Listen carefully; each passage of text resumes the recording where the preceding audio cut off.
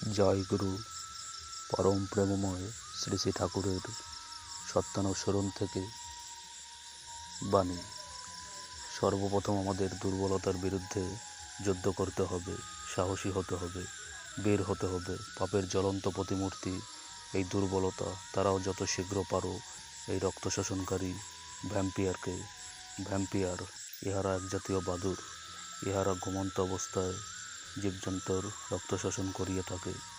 স্মরণ করো তুমি সাহসী, স্মরণ করো তুমি শক্তির তনয়, স্মরণ করো তুমি পরম পিতার সন্তান। আগে সাহসী হও, অকপট হও, তবে জানা যাবে তোমার ধর্মের রাজ্যে ঢোকবার অধিকার জন্মেছে।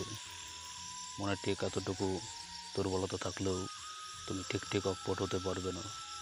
আর যতদিন তোমার মন মুখ এক না হচ্ছে ততদিন তোমার মনিরতার গায়ে হাতই পড়বে না।